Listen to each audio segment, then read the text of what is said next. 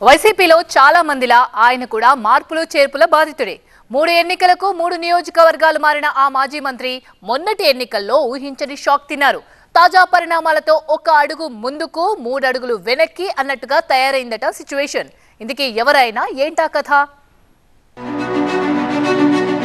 జోగిలో జోరు తగ్గిందా?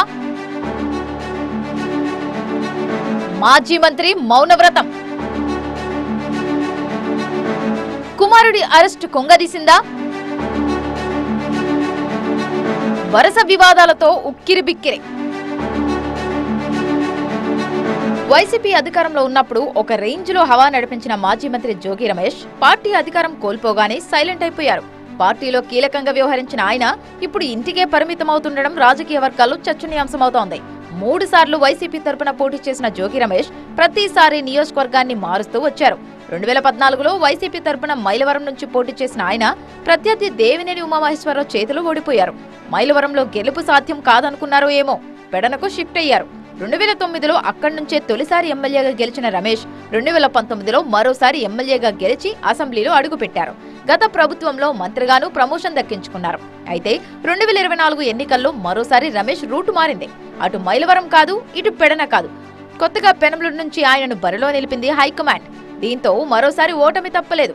అంతేకాదు, ఎన్నికల ఫలితాల తర్వాత ఈ మాజీ మంత్రి పొలిటికల్ భవిష్యత్ ఏంటనేది ఇప్పుడు చర్చనీయాంశంగా మారింది. కూటమి ప్రభుత్వం అధికారంలోకి రాగానే జోగి రమేష్ టార్గెట్ గా వివాదాలు చుట్టుముట్టడమే ఈ పరిస్థితికి కారణంగా తెలుస్తోంది. భూ ఆక్రమణ రిజిస్ట్రేషన్ కేసుల్లో జోగి కుటుంబంపై ఆరోపణలు రావడం, ఆయన కుమారుడు అరెస్టు కావడం రాజకీయంగా దుమారం రేపింది. జోగి రాజకీయ జీవితంలో ఇదో పెద్ద కుదుపనే చెప్పొచ్చు.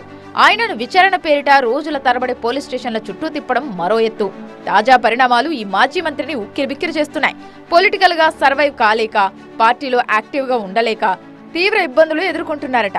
వైసీపీ అధికారంలో ఉన్నప్పుడు సందు దొరికితే చాలు చంద్రబాబు, లోకేష్, పవన్లే టార్గెట్ గా విమర్శలు గుప్పించిన జోగిలో ఇప్పుడు ఆ జోష్ కనిపించడం లేదు. పొలిటికల్ కష్టాలతో సతమతమవుతున్నారు. వైసీపీని గాని, జగన్ను గాని ప్రత్యర్థులు ఒక్క మాటన్నా విరుచుకుపడే ఈ మాజీ మంత్రి ఇప్పుడు మౌనమునిలా మారిపోవడం చర్చనీయాంశమవుతోంది.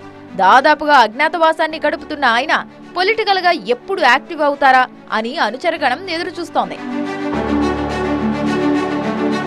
3 ఎన్నికల్లో 3 చోట్ల పోటీ చేసిన జోగి రమేష్ ని ఎన్నికల తర్వాత మరోసారి మైలవరం వైపు మళ్లించింది హైకమాండ్. పెనమలూరు నుంచి మళ్లీ తన సొంత నియోజకవర్గం మైలవరానికి చేరినా ఆయన సైలెంట్ గానే ఉంటున్నారట. పార్టీ కార్యక్రమాల్లో కాదు కదా, కనీసం ఇంటి నుంచి అడుగు బయట పెట్టట్లేదనే టాక్ నడుస్తోంది. జరిగిందేదో జరిగిపోయింది. కేసులు అందరిపైన నమోదవుతున్నాయి. అంత మాత్రాన పొలిటికల్ గా సైలెంట్ అయిపోతే ఎలా అని ప్రశ్నిస్తున్నారు వైసీపీ కార్యకర్తలు. అయితే ఆయన మాత్రం ఉన్న కేసులు చాలవన్నట్టు మళ్లీ కొత్త ఇబ్బందులు కొని తెచ్చుకోవడం ఎందుకనే భావనలో ఉన్నారట. పార్టీ తరపున ఓ ప్రెస్ మీట్ పెట్టడానికి కూడా వెనకాడుతున్నారంటే పరిస్థితి అర్థం చేసుకోవచ్చు. ఓడిపోయామనే బాధ ఓవైపు, చుట్టుముట్టిన కేసులు మరోవైపు, ఫ్యామిలీ ఇబ్బందులు ఇంకోవైపు. దీంతో ఏం చేయాలో పాలుపోవడం లేదంట ఈ మాజీ అమాత్యుడికి. మనకు టైం రాకపోతుందా అని ఎదురు చూస్తున్నారంట. ఫైర్ బ్రాండ్ గా పార్టీ తరపున గట్టిగా వాయిస్ వినిపించిన తమ నాయకుడు ఇప్పుడు ఇలా సైలెంట్ అవ్వడం క్యాడర్ను ఆందోళనకు గురి చేస్తోంది. స్థానికంగా పార్టీని నడిపేవారు లేకపోవడంతో ఇబ్బంది పడుతోందట. మరి ఇప్పటికైనా జోగి జోష్ పెంచుతారో లేదో చూడాలి.